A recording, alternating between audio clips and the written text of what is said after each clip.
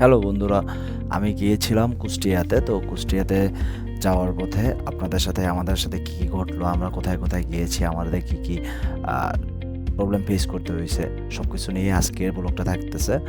চলুন শুরু করা যাক। তো পটুয়াখালী থেকে আমরা যখন যাত্রা শুরু করি তখন আমার ক্যামেরা অন করতে মনে ছিল না। তো আমরা বেকুটিয়া সেতু যাওয়ার পরে আমরা ক্যামেরা অন করেছিলাম এবং সামনেই দেখতে পাচ্ছেন আমরা বেকুটিয়া সেতু টোল প্লাজা। তো আমরা টোল প্লাজায় গিয়েছি। টোল প্লাজা যাওয়ার পরে আমাদেরকে প্রথমে থামানো হয়েছে। তো থামানোর ফলে আমরা থেমেছিলাম এবং থামার পরে তাদেরকে বলেছিলাম যে আমাদের পিছনে যারা আসতেছে তারা টোল দিবে। তো তারপর আমাদেরকে যেতে দিয়েছে। আমরা সামনে গিয়ে আমাদের পিছনের লোকের জন্য অপেক্ষা করছিলাম যে আমাদের পিছনে যারা আসতেছে তারা যেন আসুক। তারা আসার পরে আমরা একসাথে জার্নি শুরু করব।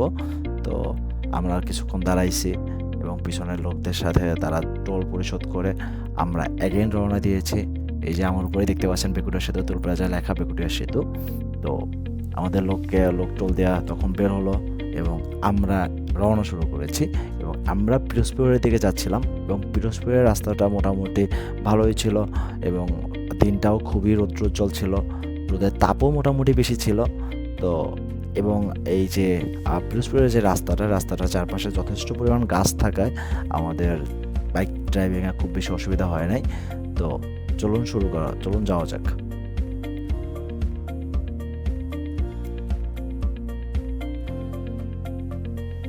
তারপরে আমরা পিরোজপুরে একটা জায়গাতে এসে থামাইছি। থামানোর পরে আমরা ওইখানে আশেপাশের লোকজনকে জিজ্ঞেস করেছি এখানে ভালো খাবার হোটেল কোনটা। তারা এটাকে দেখাই দিছে এবং এখানে নাকি গরুর মাংসটা খুব ভালো রান্না হয়।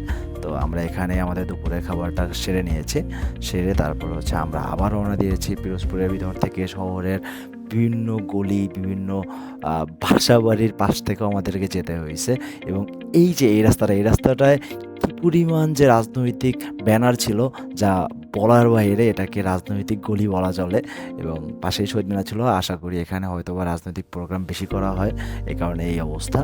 তো আমাদের পিরোজপুরের বিভিন্ন গলি থেকে এই যে বাসাবাড়ির গলি, এগুলো কিন্তু শহরের বাসাবাড়ির গলি। তো এই বাসাবাড়ির গলির পাশ থেকে আমাদের যেতে হয়েছে। তারপর নদীর পাশ ছিল, এই যে আমরা নদীর পাড়ে দিকে যাচ্ছি এবং নদীর পাড়ে এই জায়গাটা খুবই রোমাঞ্চকর ছিল এবং খুবই সুন্দর ছিল দেখতে। তারপরে আমরা এই রাস্তা ধরে এগিয়ে যাচ্ছিলাম।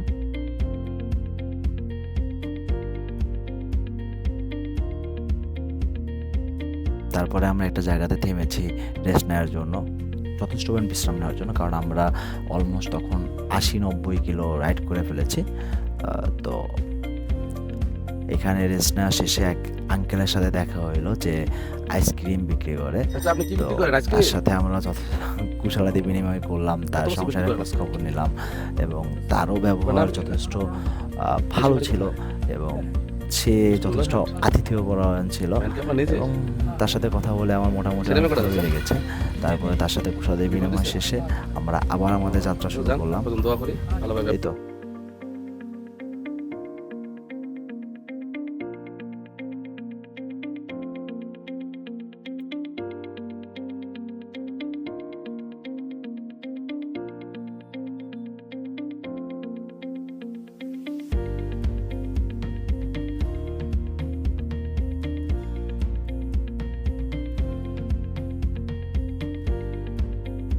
এবং রাস্তার যে ভিউ ছিল, মানে রোড ভিউ, আমরা হেলমেটের ভিতর থেকে যে রোড ভিউটা পাচ্ছিলাম সেই রোড ভিউটা দেখার মতো ছিল। চোখ জুড়ানো রোড ভিউ ছিল, আশেপাশে গাছ, মানুষজন, নতুন পরিবেশ, নতুন সমাজ, ভালোই লাগতেছিল আমাদের বাইক ড্রাইভিংয়ে। তো আমরা আগাচ্ছিলাম, অনেক দূর আগায় গেছিলাম। তারপরে আমরা পদ্মার পাড়ে একটা জায়গা পাইছি এবং জায়গাটা দেখে আমাদের মন চাইলো একটুখানে বসে প্রাকৃতিক বাতাস নেয়ার। তো আমরা ওখানে বসলাম, কিছুক্ষণ রেস্ট নিলাম। তারপরে আবার আমাদের যাত্রা শুরু। তো একটা পর্যায়ে গিয়ে আমরা টুঙ্গিপাড়া এসে পৌঁছেছি। টুঙ্গিপাড়া ঢোকার সাথে সাথে আমার চোখ যেটা দেখা ছানা বড়া হয়ে গেছে সেটা হচ্ছে সারা বাংলাদেশের কোথাও বঙ্গবন্ধু বা শেখ হাসিনার ছবি হচ্ছে গিয়া নেই, বাট এইখানে শেখ হাসিনার ছবিটা স্পষ্ট এবং খুবই সযত্নে রাখা হয়েছে এবং এটাতে একটা আজ পর্যন্ত লাগতে দেয় নাই। তো এটা দেখে আমার খুবই অবাক লাগছে। তারপর আমরা এই যে আপনার ফরিদপুরি মাজারের সামনে আসছি। আমাদের ইচ্ছা করছিল যেতে, বাট আমরা যেতে পারি না আমাদের সময়ের কারণে। কারণ আমরা হাইওয়েটাকে অ্যাভয়েড করতেছিলাম। আমরা শহরের ভিতর থেকে, গলির ভিতর থেকে যাওয়ার চেষ্টা করতেছিলাম, যাতে করে হাইওয়েতে দুর্ঘটনার পরিমাণ বেশি হয়। কিন্তু আমরা যাতে করে দুর্ঘটনা এড়ায়ে চলতে পারি, সেই জন্য আমরা হাইওয়েটা এড়ায়ে যাইতেছিলাম। তো টুঙ্গিপাড়া ঢোকার পরে আমার একটা জিনিস দেখে খুবই অবাক লাগছে। সা টুঙ্গিপাড়ার যে আধুনিকতা, মানে টুঙ্গিপাড়ার আপনার উন্নয়নের পরিমাণ টুঙ্গিপাড়া খুবই বেশি ছিল। আমরা যখন টুঙ্গিপাড়া থেকে তো গোপালগঞ্জের দিকে আমরা আগাচ্ছিলাম। তো গোপালগঞ্জ যত আগাচ্ছিলাম ততই আমাদের অবাক হচ্ছিলাম যে এইখানে কী পরিমাণ উন্নত করা হয়েছে। এটা হচ্ছে বঙ্গবন্ধু গেট। বঙ্গবন্ধু গেটের পরেই সামনে গিয়ে একটা রাস্তা আছে, যে রাস্তাটা আপনি দেখলে মাওয়া এক্সপ্রেস হাইওয়ের মতো লাগবে। একটা শহরের রাস্তা, মানে এটা শহরের হাইওয়ের রাস্তা এত সুন্দর হতে পারে এটা কল্পনাও ছিল না। আমরা যখন ওই রাস্তাটাতে ঢুকি তখন আমাদের মনে হচ্ছিল যে আমরা বাংলাদেশের কোথাও নাই, আমরা বাংলাদেশের বাইরের কোনো শহরে আছি, যে শহরে আপনার এত সুন্দর রাস্তা হইতে পারে। তো এই যে আপনারা দেখুন, এখান থেকে রাস্তাটা শুরু হয়, কত সুন্দর রাস্তা। এইখানে যে শেখ হাসিনার বাসস্থান ছিল, অথবা শেখ হাসিনার ঘাঁটি যে এটাই তার প্রমাণ যে সে এই জায়গাটাকে কী পরিমাণ উন্নত করেছে, সে এই জায়গাটাকে কী পরিমাণ উন্নত করেছে, এবং এটা কী পরিমাণ উন্নত একটা জায়গা। এখানে আপনার যদি পাশাপাশি 2টা বাসও চলে তাও জায়গা থেকে যাবে, এনাফ জায়গা থেকে যাবে। এবং রাস্তাটার পরিবেশ দেখুন, এইখানে একটা সিঙ্গেল ভাঙা রাস্তা আপনি খুঁজে পাবেন না, এত সুন্দর রাস্তা ছিল এটা। হ্যাঁ, তো গোপালগঞ্জ এতটা উন্নত করবে এটা স্বাভাবিক, কিন্তু আসলে এরকম হাইওয়ে আমাদের বাংলাদেশের সকল জেলায় বা সকল উপজেলায় হওয়া উচিত, কারণ সকল বাঙালি বাংলাদেশি। হ্যাঁ, তো আমাদের প্রত্যেকটা জেলায় এরকম উন্নত করা উচিত, যাতে করে আমরা যারা ভ্রমণ প্রিয় মানুষ তারা এসব জায়গায় ঘুরতে যেতে পারি। আমাদের অনেক হাইওয়ে এরকম আছে যেসব হাইওয়েতে বাইক চালাইতে গেলে আসলে খুবই কষ্টদায়ক হয়, এবং বাইক চালানো মানে অনেক গাড়ি চলতেই পারে না বলতে গেলে ওসব রাস্তাতে। তো বাট এই রাস্তাটা দেখুন, এই রাস্তাটা অন্য সব হাইওয়ের থেকে সম্পূর্ণ আলাদা। আই হোপ বাংলাদেশ সরকার এটার দিকে নজর রাখবে, যাতে করে সকল হাইওয়েগুলা ভালো করা যায়, এবং আমরা যারা ভ্রমণপ্রিয় মানুষ আছি তারা ভ্রমণ করতে পারি, আমাদের বাইক ট্যুর দিতে পারি আমরা। আই হোপ বাংলাদেশ সরকার এটা নিয়ে ভাববে। যাই হোক, তো আপনারা রাস্তার ভিউটা উপভোগ করুন।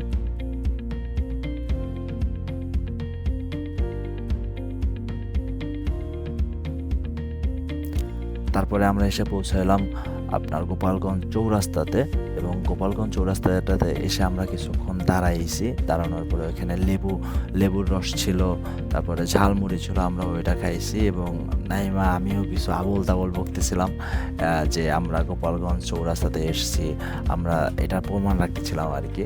এবং এটাও বলতেছিলাম যে গোপালগঞ্জই একমাত্র জায়গা বাংলাদেশের যেখানে বঙ্গবন্ধু এবং শেখ হাসিনার ছবি ভাঙা হয়নি এবং অক্ষত অবস্থায় স্টিল এখনও আছে।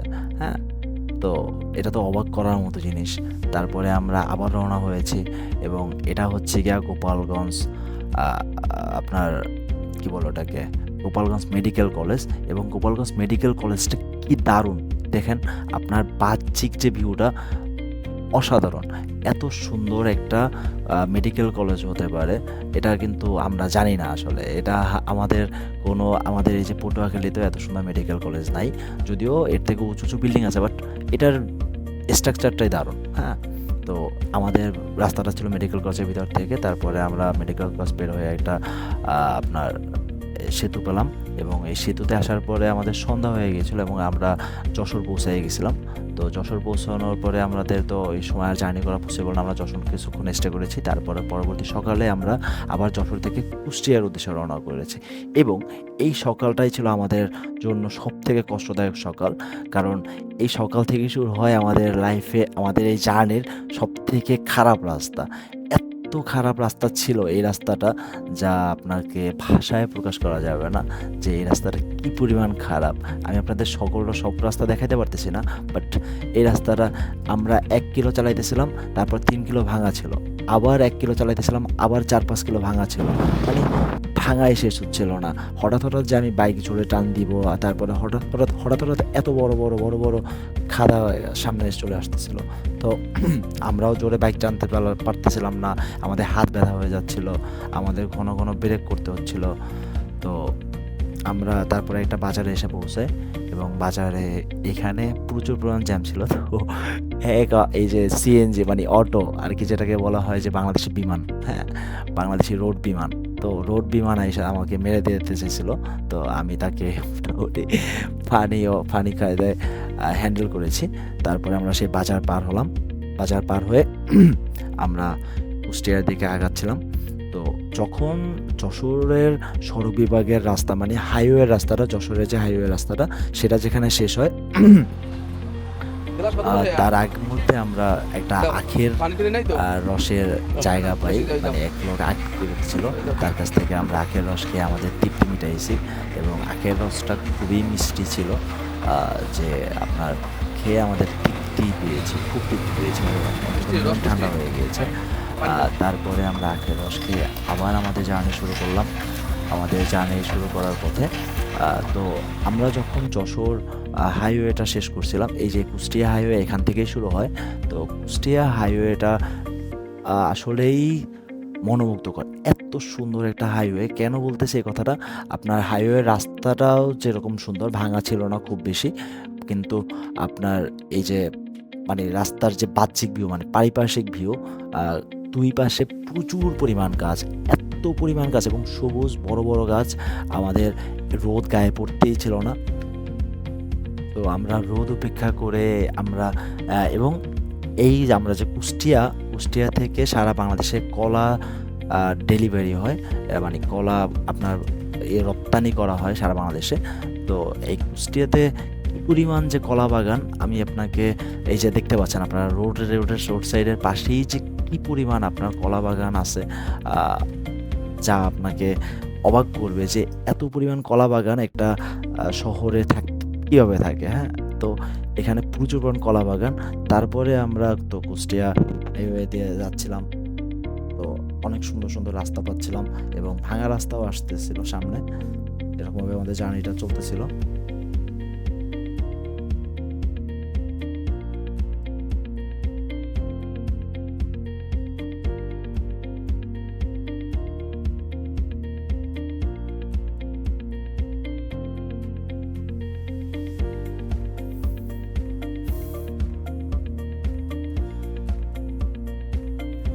তারপরে এরকম যেতে যেতে আমাদের সামনে এসে পড়েছি আমরা কুষ্টিয়া ইসলামিক ইউনিভার্সিটিতে।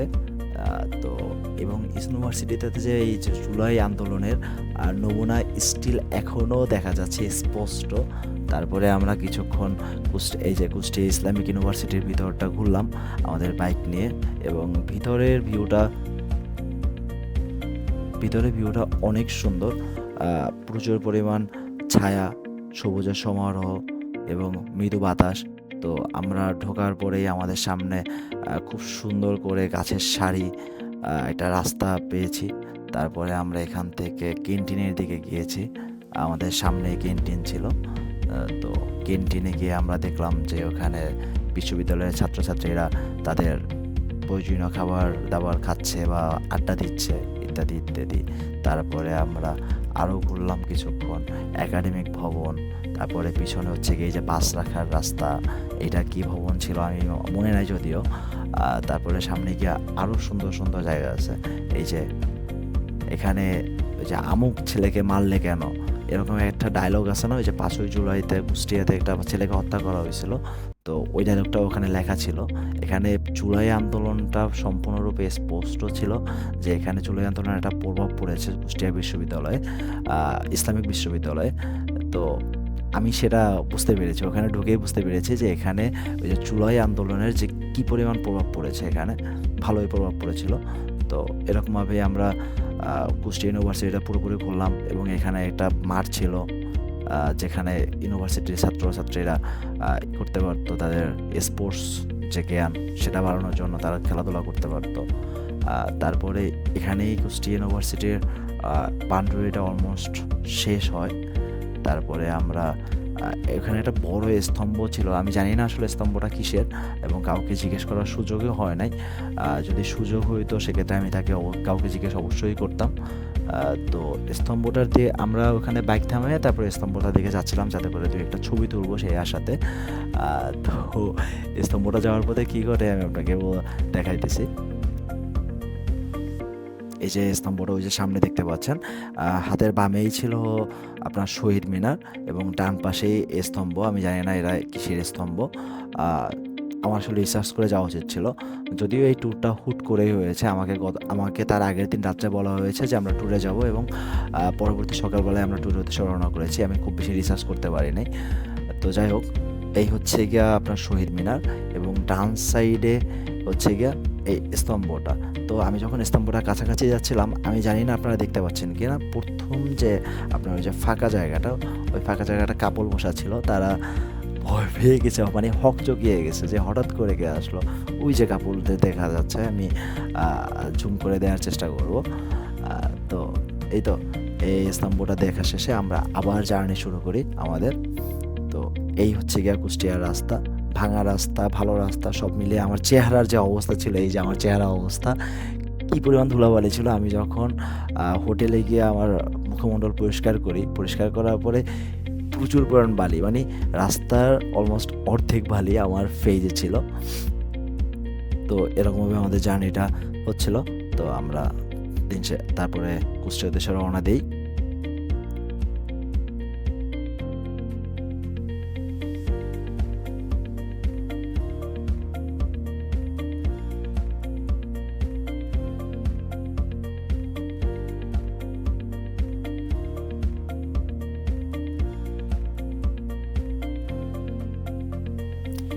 আমাদের সামনে একটা বাজার, মানে হাট পড়েছিল, গরুর হাট। এবং আপনারা এই যে দুই পাশে যে গাড়িগুলো দেখতে পাচ্ছেন, এই গাড়িগুলো দেখে আমি প্রথমে মনে করেছিলাম যে আসলে এই গাড়িগুলো মানুষ পরিবহনের জন্য, কিন্তু আসলে না।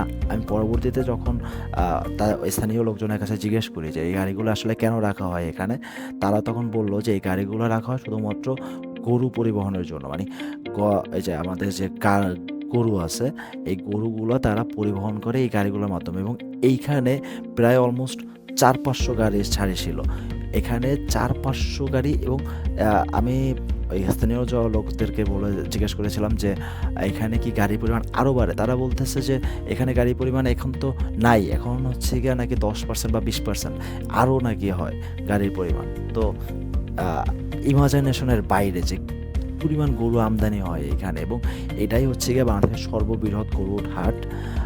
আমি গরুর হাটটা পুরোপুরি ঘুরে দেখেছিলাম, কিন্তু আমার ওই ক্যামেরাতে চার্জ না থাকার কারণে আমি আসলে আপনাদেরকে পুরো হাটটা ঘুরে দেখাইতে পারিনি। তারপরে আমরা গরুর হাট দেখা শেষে অ্যাগেন রওনা করি।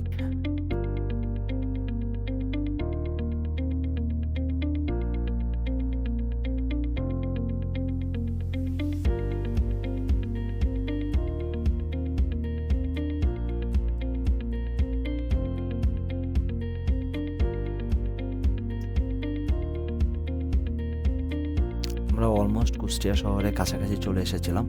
তো সামনেই কুষ্টিয়া শহরের যে মেইন ঢোকার জায়গা, মানে কুষ্টিয়া শহরের ভিতরে আমরা প্রবেশ করেছি, মেইন শহরের ভিতরে প্রবেশ করেছি। এই যে সামনে 3টা ছিল আপনার ব্যারিস্টার রাম বিনোদ পাল, তারপর হচ্ছে বাঘা যতীন, তারপরে অপর পাশে ছিল হচ্ছে গিয়া রবীন্দ্রনাথ ঠাকুর। 3জনার স্ট্রাকচার বা হচ্ছে গিয়া আপনার ছবি মূর্তি ওখানে ছিল। এবং কুষ্টিয়া শহরে ঢোকার পরে আমার একটা জিনিস দেখে খুবই ভালো লাগছে যে কুষ্টিয়া শহরটা যথেষ্ট পরিমাণ উন্নত। অবশেষে কুষ্টিয়া চলে এসেছি, আমাদের আনন্দ শেষ নেই। হ্যাঁ, এবং কুষ্টিয়া শহরটা খুবই উন্নত। আমি যদি আপনাদেরকে দেখানোর চেষ্টা করি, এই যে কুষ্টিয়া শহরের আশেপাশের যে বিল্ডিং, এগুলো খেয়াল করেন। এই যে কারখানা ছিল একটা, কারখানাটা যে কী পরিমাণ বড় কারখানা ছিল এবং ইন্ডাস্ট্রি ছিল, লিমিটেড ছিল। হ্যাঁ, এবং কুষ্টিয়া শহরের যে আপনার সরকারি যে অফিসগুলো হয়, জেলা প্রশাসকের কার্যালয়, তারপর সার্কিট হাউস, এগুলো সব একই সিরিয়ালে ছিল, একটার পর একটা। এই যে আমার সামনেই আমি আপনাকে দেখাতে পারবো যে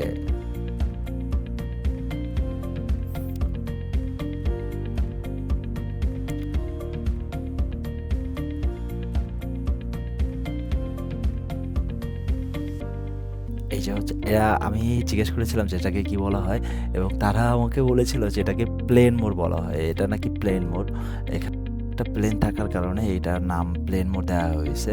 এবং এই যে প্রজেক্ট, এটা একটা প্রজেক্টের বিল্ডিং, আই ডোন্ট নো এটা কিসের প্রজেক্ট, কিন্তু প্রজেক্টের বিল্ডিংটা এত সুন্দর। আপনি দেখেন প্রজেক্টের বিল্ডিংয়ের যে যে এটা স্ট্রাকচারটা কী পরিমাণ সুন্দর, কত বড়।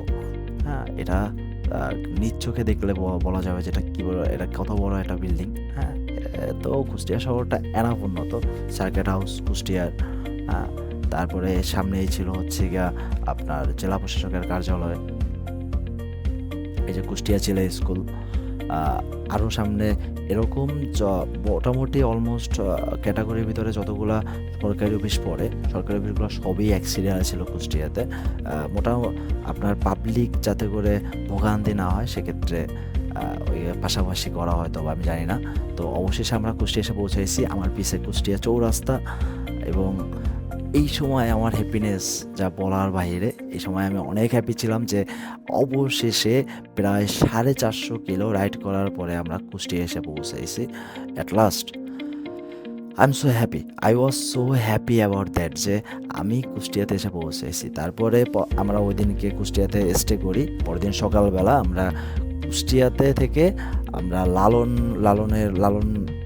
লালনের আখড়া যেটাকে বলা হয়, লালনের আখড়া এবং হচ্ছে গিয়া রবীন্দ্র কুঠিবাড়ি উদ্দেশ্যে রওনা করি। তো আমাদের কুঠিবাড়িটা ছিল আখড়ার পরে, তো আমরা যেহেতু কুঠিবাড়ি সন্ধ্যা 6টার ভিতরে বন্ধ হয়ে যায়, সেক্ষেত্রে আমরা আগে কুঠিবাড়ির দিকে রওনা হই। এবং কুঠিবাড়ি যাওয়ার পথে আমাদের একটা জিনিস সামনে পড়ে, সেটা হচ্ছে গিয়া কুলফি মালাই। আর সবাই বলে না যে বিখ্যাত কুলফি মালাই, কুষ্টিয়ার বিখ্যাত কুলফি মালাই, এটা রাস্তার পাশে বিক্রি হচ্ছিল। প্রত্যেকটা মোড়ে এই যে রাস্তার পাশে কুষ্টিয়ার কুলফি মালাই পাওয়া যাচ্ছিল। এবং আমরা তখন লোভ সামলাতে পারিনি, আমরা কুষ্টিয়ার কুলফি মালাই খাওয়ার জন্য দাঁড়িয়ে যাই এবং আমার কাছ থেকে আমরা কুলফি মালাই খাচ্ছিলাম। এবং কুলফি মালাইয়ের দুইটা ধরন হয়, একটা হচ্ছে 50 টাকা, একটা 100 টাকা।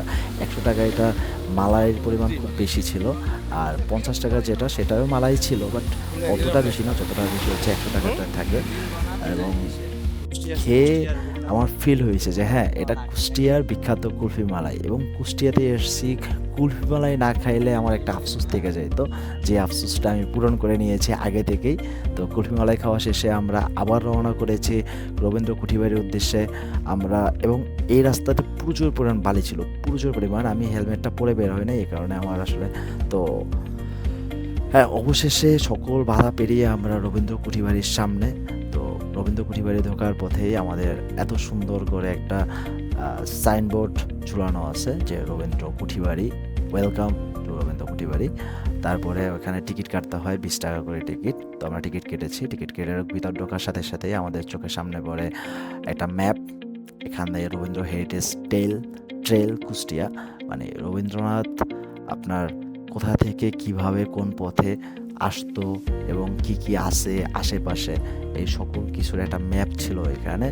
তো ম্যাপটা আমি ভালোভাবে লক্ষ্য করি, একটু দেখার চেষ্টা করলাম, জানার চেষ্টা করলাম। তারপরে ওইখানে বিজিবি গার্ড ছিল। তারপরে আমরা রবীন্দ্র কুঠিবাড়ির উদ্দেশ্যে হাঁটা শুরু করি। আমাদের সামনেই ছিল রবীন্দ্র কুঠিবাড়ি।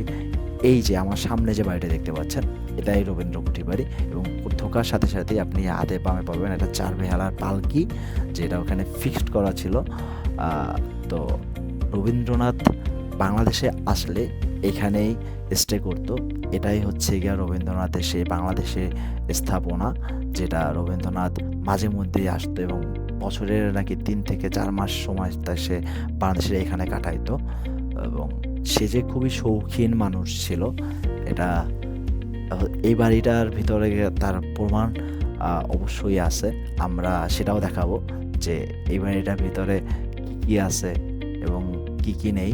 যদিও আমরা যখন এই বাড়িতে ঢুকতে যাই, তখন জেলা প্রশাসকের একটা লিফলেট আমাদের সামনে পড়ে, যেখানে অনেক প্রকার নিয়মাবলী ছিল।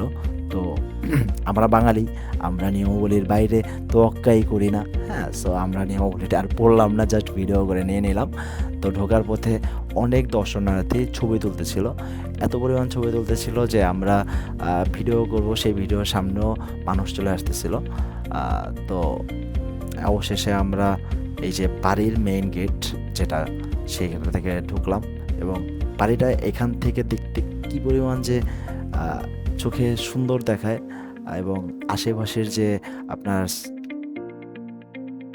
সাইড ওয়াক আছে, সেই সাইড ওয়াকটাও সুন্দর। সাইড ওয়াকেও বিভিন্ন রকম ফুল ছিল, বিভিন্ন রকম গাছ ছিল, গাছের সমারোহ ছিল এবং টব ছিল, টবে অনেকগুলা ফুলের গাছ ছিল, ইত্যাদি ইত্যাদি ছিল। তো তারপরে আমরা রবীন্দ্র কুঠিবাড়ির মেইন ফটকে ঢুকতেছিলাম। তো আমাদের ঢোকার টাইমে আমাদেরকে বলা হয়েছে যে আমরা যাতে করে ছবি তুলি, শুধুমাত্র ভিডিও করা এখানে সম্পূর্ণরূপে নিষেধ। তো আমি তো 450 কিলো রাইড করে এখান থেকে পটুয়াখালী থেকে গেছি, এবং আমি যদি ভিডিও করে না নিয়ে আসতে পারি সেক্ষেত্রে আমার অবশ্যই এটা কখনোই বোধগম্য না। তো আমিও ভিডিও করেছি লুকিয়ে লুকিয়ে। এই যে বিভিন্ন নিদর্শন আছে রবীন্দ্রনাথ যা যা ব্যবহার করতেন, এবং রবীন্দ্রনাথের বিভিন্ন লেখা ছিল। এই যে আমার সামনে ছিল একটা ক্যাবিনেট, এবং এই হচ্ছে গিয়ে হাত পালকি, যেটা রবীন্দ্রনাথ যদি কোথাও ঘুরতে বের হইতো, সে এই হাত পালকিতে বসে থাকতো এবং বেহারারা এটা টেনে নিয়ে যাইতো, সে ওখানে আরামে বসে থাকতো। হ্যাঁ, তারপরে এটা হচ্ছে গিয়ে রবীন্দ্রনাথের ক্যাবিনেট। হ্যাঁ, এই ক্যাবিনেটে সে তার ফাইল টাইল ইত্যাদি ইত্যাদি রেখে রাখতো, মানে প্রয়োজনীয় যে ফাইল সব থাকতো এগুলো রাখতো। তার পাশেই ছিল হচ্ছে গিয়া 16 বেহারার পালকি। এই পালকিটা টানতে নাকি 16 জন বেহারা লাগতো। হ্যাঁ, এবং সে কি পরিমাণ শৌখিন ছিল, যা মানে তার এই বাড়ির ভিতর ঢোকার পরে আমি ফিল করেছি যে সে যে আপনার জমিদার ছিল, এটা হচ্ছে গিয়া তার প্রমাণ। এটা তার পাশেই ছিল 8 বেহারা পালকি। তারপরে এখানে বিভিন্ন ছবি ছিল রবীন্দ্রনাথের, এবং রবীন্দ্রনাথের যে ফ্যামিলি মেম্বার ছিল, আত্মীয় স্বজন ছিল, ফ্রেন্ড সার্কেল ইত্যাদি ইত্যাদি বিভিন্ন প্রকার ছবি এখানে সাজানো ছিল। আপনার এখানে ঢোকার পরে আমার মনে হয়েছে যে হ্যাঁ, রবীন্দ্রনাথের আসলে অনেকটা পরিমাণই ছিল ওই যে আপনার কি বলে শৌখিনতা অথবা জ্ঞান সব কিছু। হ্যাঁ, রবীন্দ্রনাথ একজন, এই যে রবীন্দ্রনাথের খাট, রবীন্দ্রনাথ যে খাটে শুইতো এসে। হ্যাঁ, তারপরে এর পাশেই ছিল চেয়ার টেবিল। তারপরে আমরা চলে গিয়েছিলাম বাড়ির 2য় তলায়, 2nd ফ্লোরে।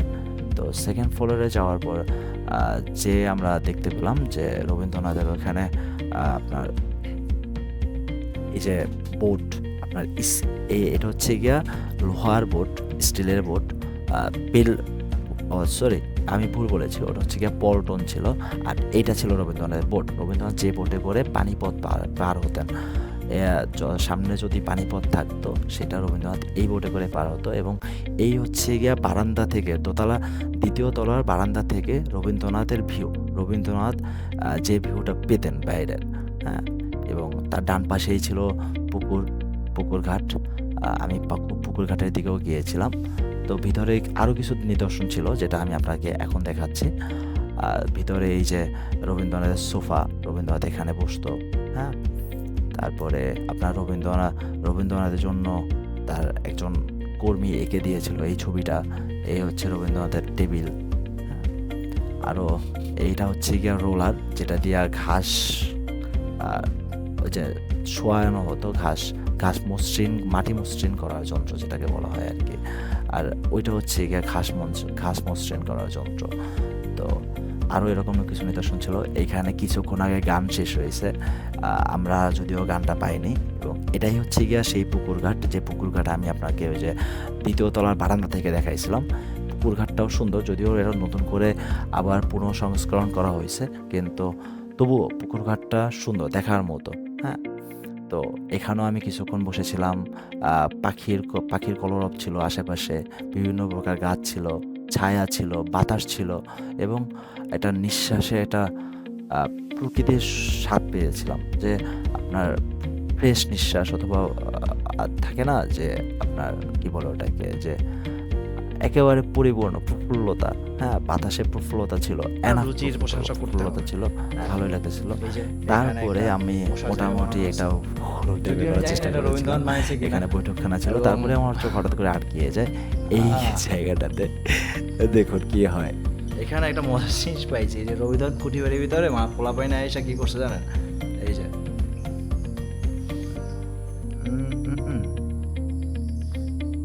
রিয়া, তমা, U+T, তারপরে এখানে আছে 9+ মৌ, লাবিব, মাহির, কি শ্রেয়াস, চার্জিংয়ের ব্যবস্থাও আছে এখানে। সাথী, চাঁদ, S+H, মাহি আমায়।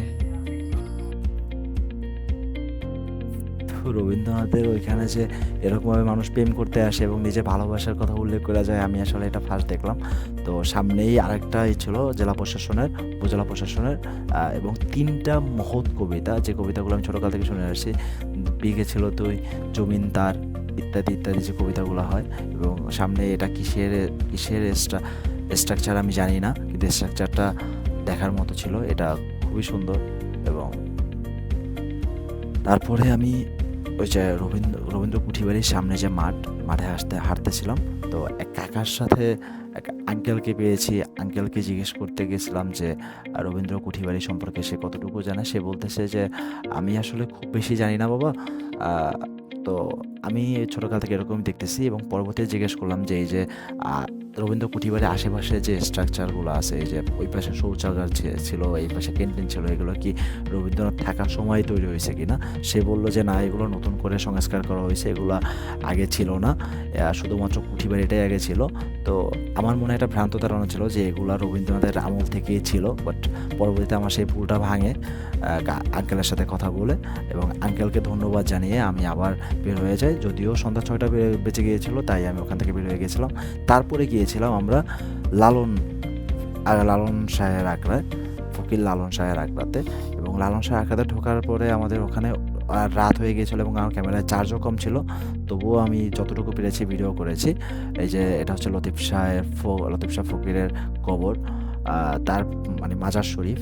তারপরে আমরা ভিতরে ঢুকেছিলাম লালন শাহ মাজার শরীফের, এবং ভিতরে ঢুকতেই আমাদেরকে জুতা পরিধান করে ঢোকা নিষেধ, কারণ এটা মানুষজন এটাকে সম্মান করতো, খুবই সম্মান করে তারা চলাফেরা করে। তো আমি ভিতরে ঢোকার পথে অনেকের কবর আমার সামনে পড়ে, মানে কবর নেয় যে এগুলো আছে, মাজারটা আছে, ওইটা সামনে পড়ে। এখানে একটা লোক ছিল যে ফকির লালন শাহকে খুব ভালোবাসে, এবং সে আমাকে বলেছিল যে আমি কেন ক্যামেরা করতেছি, ক্যামেরা করা এখানে নিষেধ, তাই সে আমাকে ক্যামেরা করতে দেয়নি। মাজারের ভিতরে ছবি তোলা নিষেধ বলে আমরা দেখাইতে বললাম না। মাজারের ভিতরে 2টা কবর, একটা হচ্ছে গিয়া আমাদের লালন শাহের নিজের, আর একটা হচ্ছে গিয়ে লালন শাহের পালক মাতা। লালন শাহের আপন মাতার যদিও পরিচয় পাওয়া যায়নি, বাট লালন শাহের পালক মাতার এখানে কবরটা আছে, অ্যান্ড আর লালন শাহের কবরটা আছে, 2টাই কবর। আর বাকি এখানে যারা আছে, লালন শাহের যে কাছের মানুষজন ছিল, অথবা লালন শাহের যে সার্গেত ছিল, যাদেরকে আমরা মুরিদ বলি, এই টাইপের মানুষগুলোদের এখানে সমাহিত করা হয়েছে, যারা খুবই প্রিয়জন ছিল লালন শাহের। তো এই তো, আর আমরা এখন যাব হচ্ছে গিয়া লালন শাহের গান শুনতে, দেখি মাজারের ভিতরে কি কি আছে।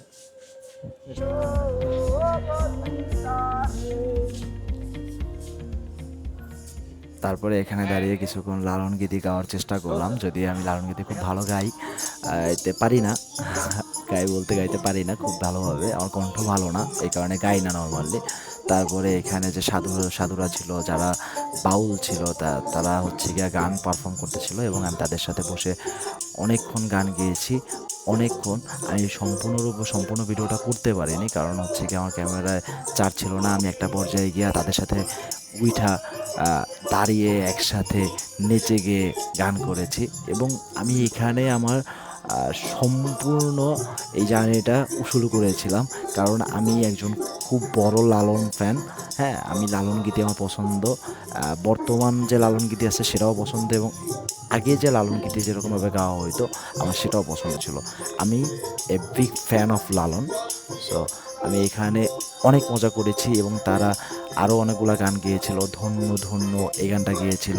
তারপরে তারা গিয়েছিল হচ্ছে গিয়া যে আপনার মিলন হবে কত দিনে, এবং এই গানটা আমি চিল্লিয়ে গিয়েছিলাম, এত সুন্দরভাবে গিয়েছিলাম যা আমি যদি আপনাকে ভিডিও করে দেখাইতে পারতাম, তাহলে হয়তো আপনি ফিল করতে পারতেন যে আমি আসলে কী করে মজা করেছি এখানে।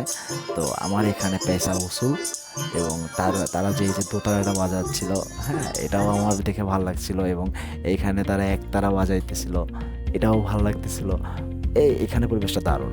তো আপনার আমরা তো রাত্রে গিয়েছিলাম লালন শাহ মাজারে। পরবর্তীতে সকালবেলা যখন আমরা ব্যাক করব পটুয়াখালীর উদ্দেশ্যে, তখন একবার লালন মাজারে ঢুকেছিলাম। কেন ঢুকেছিলাম? কারণ আমি রাত্রেবেলায় ওটা সুন্দর করে একটা ভিডিও করতে পারিনি, সেই উদ্দেশ্যে। হ্যাঁ, যদিও আমার হাতে সময় কম ছিল, সময় কম থাকার কারণে আমি পরবর্তী ভিডিওটাও করতে পারিনি ভালোভাবে। এই যে দিনের বেলা যে ভিডিওটা, এটাও আমি সম্পূর্ণরূপে ঘুরে করতে পারিনি, কারণ এখানে দিনের বেলা গান হয় না, এখানে রাতের বেলা সন্ধ্যার পরেই গানের আসরটা বসে।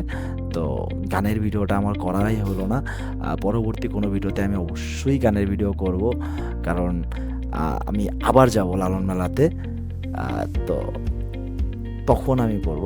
তো দিনের বেলা যদি এটা দেখাই, সামনে একটা হিসেবে যে লালনের হাতে একতারার একটা ভাস্কর্য ছিল, ওই পাশে লালনের একটা ভাস্কর্য আছে। এটাই হচ্ছে গিয়া মেনলি লালনের মাজার, যেটাকে আমরা লালনের মাজার বলি। লালনকে এবং লালনের পালিত মা, এই দুজনকে এখানেই সমাহিত করা হয়। তো আমরা এটার ভিডিও করা শেষে আবার বের হয়ে রওনা দেই। তো এই তো, তারপরে আমাদের কথা হচ্ছে রাস্তায়। এই হচ্ছে গিয়া লালনের মাজারের পিছনের সাইড।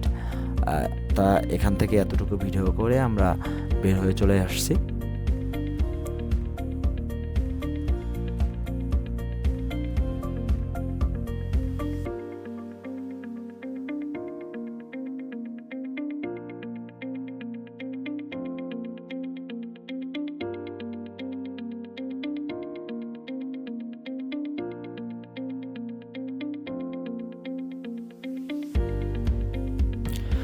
তো আমার গাড়ির তেল শেষ হওয়ার কারণে আমরা পাংশা ফিলিং স্টেশনে, এটাও কুষ্টিয়ার ভিতরেই, আমরা এখান থেকে তেল নিয়েছি এবং কিছুক্ষণ ঠান্ডা পানি টানি খেয়ে আমরা রওনা করেছি।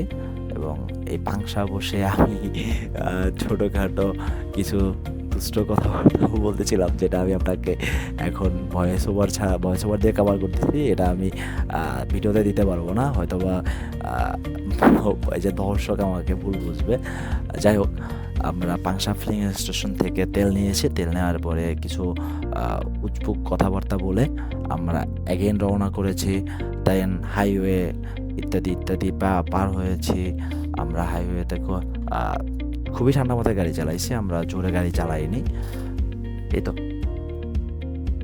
চালানো একটা পর্যায়ে গিয়ে আমরা একটা রাস্তার পাশে দেখতেছিলাম যে একেবারে কচি ডাব পাওয়া যাচ্ছিল। এক লোক কচি ডাব বিক্রি করতেছিল, সেখান থেকে ডাব খেয়ে আমার তৃপ্তি মিটাচ্ছিলাম। কারণ হচ্ছে গিয়া ওই দিনকে এত পরিমাণ গরম ছিল যা বলার বাইরে। আমার শার্টের বোতাম পর্যন্ত খোলা ছিল। আই নো আপনারা ছাপড়ি বলতে পারেন, কিন্তু কিছু করার ছিল না। ওইখানে রোদের তাপ এত পরিমাণ বেশি ছিল এবং বাইক চালানোর সময় যে আমার এত পরিমাণ গরম লাগতেছিল যে আমার কিছু করার ছিল না, আমার শার্টের বোতাম খুলতেই হয়েছে। তো তারপরে আমরা ওইখান থেকে বের হয়ে রাজবাড়ি ঢুকে গিয়েছিলাম। এবং এই রাজবাড়ি ঢোকার পরে আমার মনে একটা খুবই আগ্রহ জাগছে। আমি এই আমার লাইফে ফার্স্ট টাইম আমি রাজবাড়িতে ঢুকেছি, মানে রাজবাড়ি এরিয়াটাতে ঢুকেছি। এবং রাজবাড়ি এরিয়াটা আমার কাছে খুবই পরিচিত। কেন পরিচিত? কারণ আমি ভূত এফএমের ফ্যান। এই যে RJ রাসেলের যে ভূত এফএম, আমি ভূত এফএমের বিগ ফ্যান। এবং ভূত এফএমে আমি অসংখ্য ঘটনা শুনেছি এই রাজবাড়ি নিয়ে। রাজবাড়িতে অনেক নাকি ভূতের ঘটনা ঘটে। আমি জানি না এই ঘটনাগুলো সত্যি কি না, কিন্তু রাজবাড়ির যে হাইওয়ে, এবং আমি হাইওয়ে থেকে যতটুকু দেখতে পারছি, যতটুকু আন্দাজ করতে পারি, রাজবাড়ির শহরটা খুবই সুন্দর দেখতে। কারণ এইখানে প্রচুর পরিমাণ গাছের সমারোহ। এই অনেক গাছ আপনার আমি আপনাকে যদি ভিডিওতে দেখতে পাচ্ছেন আপনারা যে কী পরিমাণ গাছ এখানে। রাজবাড়ি শহরটাও আশা করি খুবই সুন্দর। আমার কাছে রাজবাড়িটা পরিচয় শুধুমাত্র ভূত এফএমের কারণে। আমার এই ফার্স্ট টাইম রাজবাড়িতে যাওয়া ছিল। তো রাজবাড়িতে গিয়ে আমার আসলে মনে হয়েছে যে হ্যাঁ, ঠিক আছে, এটা আসলে খুব ভয়ানক কিছু না। হ্যাঁ, তো তারপরে আমরা তো বাইক চালাইতে অলমোস্ট চলেই গিয়েছি। এই তো আমাদের জার্নিটা মেনলি ওই পর্যন্তই ছিল। তারপরে আমরা এখান থেকে আমরা ব্যাক করেছি হাইওয়ে ধরেই, আমরা আর ঘুরে ব্যাক করিনি। কারণ হচ্ছে গিয়া আমরা যখন ঘুরে যখন কুষ্টিয়া গিয়েছিলাম, তখন আমাদের প্রায় অলমোস্ট 150 থেকে 200 কিলো বেশি রাইড করতে হয়েছে। তো আমরা চাচ্ছিলাম না যে ব্যাক করার টাইমে আমরা ওই সেম ওয়েটা অবলম্বন করি। আমরা তাই হাইওয়ে দিয়ে ব্যাক করেছি। হাইওয়ে থেকে আমরা রাজবাড়ী হয়ে ভাঙা বের হয়েছি। ভাঙা থেকে ডিরেক্ট পটুয়াখালী। তো আপনারা আমার এই যে ব্যাক যাওয়ার যে ভিডিওটা, মানে আমরা যে পটুয়াখালীতে ফেরত গেছি, সেই ভিডিওটা উপভোগ করুন, হাইওয়ের ভিউটা উপভোগ করুন। দেখা হচ্ছে নতুন কোনো ভিডিওতে। ততক্ষণ পর্যন্ত ভালো থাকুন, সুস্থ থাকুন, এবং to subscribe, follow, and don't forget to subscribe, please. Hope you like the video. Give a thumbs up.